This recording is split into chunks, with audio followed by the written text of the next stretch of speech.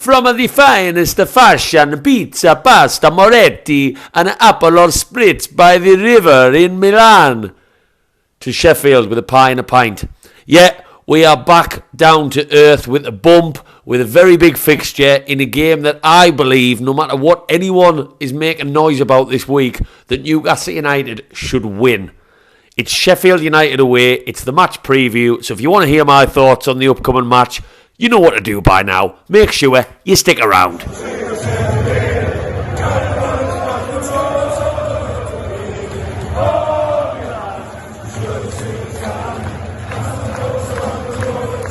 Welcome back to Black and White Banter, you beautiful Newcastle fans.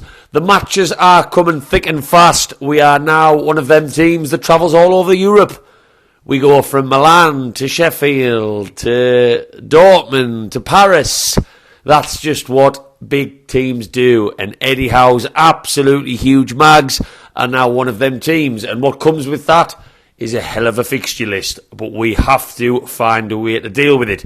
But before we get into that and all the lovely stuff about Bramall Lane on Sunday, Newcastle fans, do me a little favour. Give me a little likey, loo.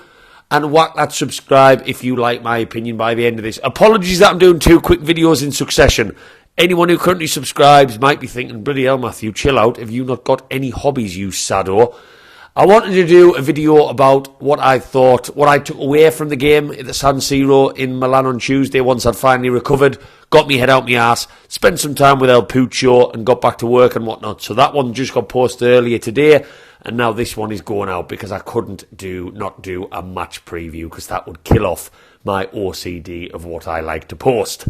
So, here I am. Yes, I believe I am going down to Sheffield United tomorrow. I could be going down with a special guest for my match vlog. I'll have to wait and see.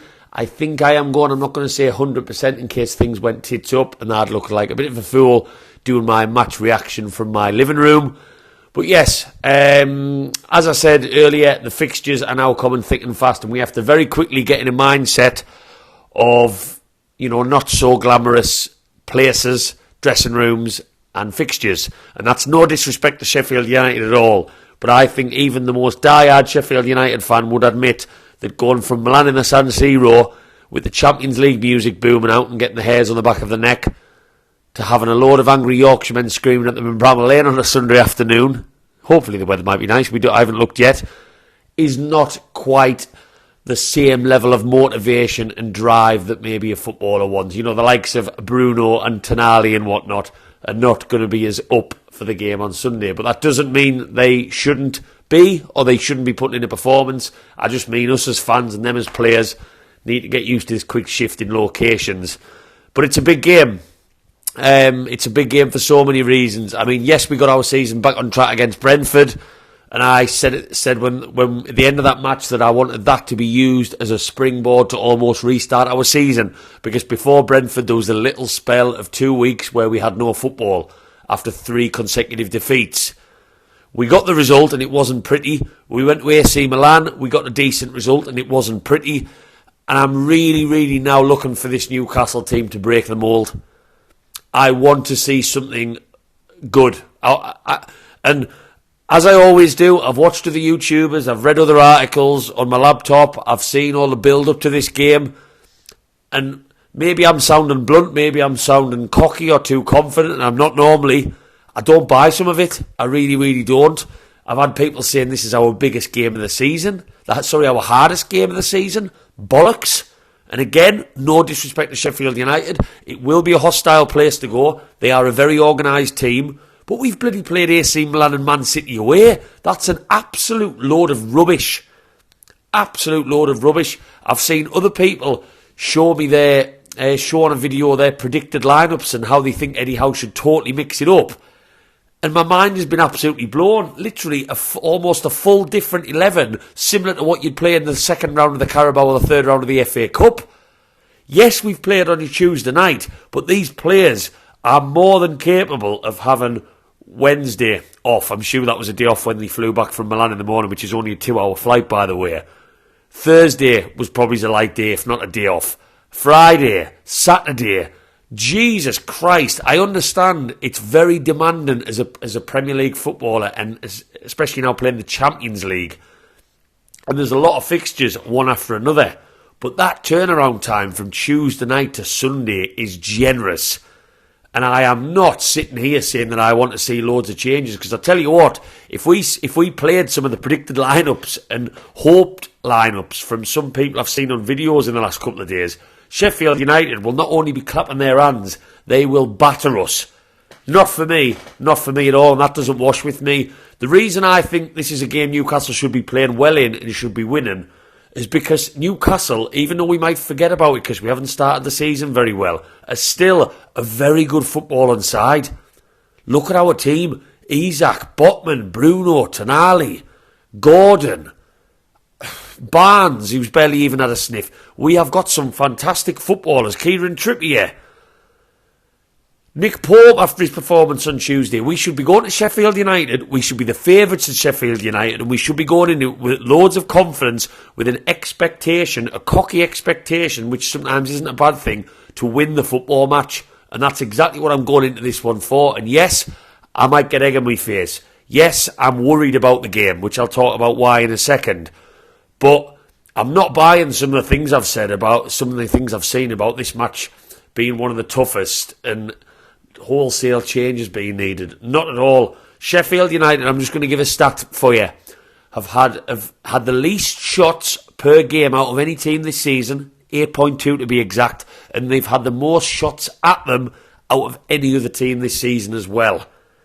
I'm not saying stats are the be-all and end-all, but if that doesn't tell you that not only should we batter their goal with the quality we have in attack, but also not worry about them too much at the other end, I don't know what will, unless something goes badly wrong and they stop those stats against us, and I really don't want that to happen.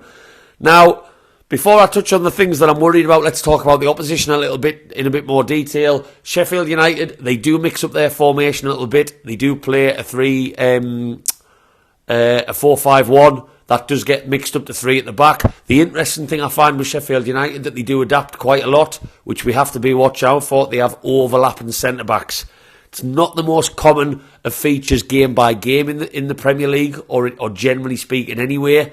Like one of their centre-backs last season registered 2 goals and 6 assists. That's what I mean. They like to overload attacking areas and that final 18 yards of the pitch when they do have the ball up there, with their centre-backs getting forward. Whether it's down the left-hand side, whether it's down the middle. And that's something Newcastle need to look out for, because I'll tell you what, defensively in midfield, we've looked a little bit lacklustre so far this season with the whole Bruno-Tonali debate, which I'll get onto in a second. If they're overloading us with even more players that are driving up from centre-back, that's going to be a bit of a concern. Generally speaking, I do not look at Sheffield United's team as having to single out players that we should be overly worried about. I'm not saying they're a bad side across the board. Sheffield United's transfer window was probably worse than what you'd expect it to be with them getting to the Premier League from the Championship. They lost Ndai, who was one of their best players. They lost the Norwegian midfielder, and his name's totally thrown me on this video. We were linked with him. Very, very good central midfielder. He disappeared to Burnley, to a fellow promoted team. So there's no individual players that I'm looking at in their team. And yes, of course, all of these things I'm saying could come back to bite me on the arse like an alligator. But, you know, I'm speaking my mind. And I'd be looking at this game to where we can hurt them. We should be on the front foot. We should have lots of the ball. And we should be causing them problems in lots of different areas. Now that moves me on to who Eddie Howe plays. This is a huge talking point this week. Eddie Howe says the lads haven't trained very much. Their physio team knows more than me. I was a little bit surprised after the Wednesday, the Thursday, the Friday, the Saturday to hear that he's not going to really have them intensely training at all before the match. They know more than me. I'm not going to claim to. I've got full faith in everyone in our backroom team and why we do things and why we don't do things. But I wouldn't be looking to make wholesale changes, no. Changes I would make based off the team that played on Tuesday. If Botman is injured, which is not nice to hear after how we played at Brighton without him. If he hasn't travelled because he's maybe been rested, I don't know. Do I agree with that? Different story for a different video. I'd maybe be looking to bring Lascelles in And that's just because I don't feel Dan Burn has looked very comfortable at centre-back the last couple of times he's had to slot in there. I can only base off what I've seen so far this season, and Sheffield United will be a physical team. And the reason I would keep Dan Burn in the side at left-back is because of how physical I think Sheffield United will play this one. I really do. I just talked about them overloading the box with those overlapping centre-backs. In an ideal world where we are having a lot of the ball and on the front foot for large parts of this game, Sheffield United will sniff opportunities when they try and slow the game down and lump the ball in the box. That's why I'm not sure this is the game for Lewis Hall. A lot of people are calling for him to come in on for this one. Not for me. Burnley next Saturday, if we look a bit further afield in the Premier League, yes, that would be a great chance and a great opportunity after Man City in the Cup on Wednesday to play someone like Hall. No disrespect to Burnley again, but that is a match we have to be playing at St James's Park and winning and on the front foot. So this isn't one I would play him. I would go Trippier if the injury or rested player in Botman that we were led to believe is true.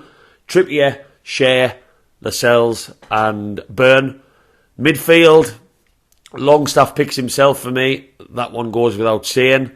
I don't want to see any changes, so I would continue to play with Bruno and Tonali. We need to see that one developing. Now that Longstaff's in there in the Premier League, I'm not as worried. And then I would go with the front three of Wilson, Gordon and Barnes. Callum Wilson has to play in this one for me. I think Isak has looked very isolated in the last 2 or 3 matches. We know the two players are very different, but Callum Wilson in a game like this, in what will be a very hostile, very loud Bramall Lane, great set of supporters down there, great old-fashioned penned-in stadium in front of the Sky cameras. He can hold the ball up for us. He knows where the goal is. And chances created at the moment has been a bit of a minimum. So if you want a man who's going to take those chances, it's him. But Anthony Gordon picks himself for me, how good he's been this season. Barnes needs that run of game time, and I think this match could be suited to him if we can get both balls over the top. We know he likes to be on the move constantly. And yes, I've raised my concerns about our lack of chances created, but as I said, we are playing a team that has conceded chances for fun so far this season. So let's have a conversation after the game if that continues. I think this is the game we can slip out of that and score some goals. I do believe we are going to win, and I think Newcastle are expected to win here. Anything other, I will be slightly disappointed at. I'm not saying there's easy games in the Premier League, but we have to be going into this one with the mentality of putting these to the sword. I'm going to go for 3-1 Newcastle. I think Sheffield United will put on enough pressure to score. I'm confident we'll get back amongst it and take 7 points from a week of 3 games, which wouldn't be a bad week at all. Lovely little stat to finish on. Newcastle United are unbeaten in 14 matches against newly promoted teams. There's a one for you to take away with you from this video. Newcastle fans, let me know your predictions in the comments. Would you make wholesale changes? Are you worried? And are you shocked at my optimism going into this game? I want to know down below. Fingers crossed you'll see me on my match vlog celebrating 3 points to cap off a pretty successful week. But regardless, as far as I know I will be going down to Bramall Lane. So whack that little subscribe, and there might be a couple of few familiar faces on the video as well, so you don't want to miss it. Anyhow, Mags, let's finish what has been one of the craziest weeks in our recent history with a big 3 points. Away the lads!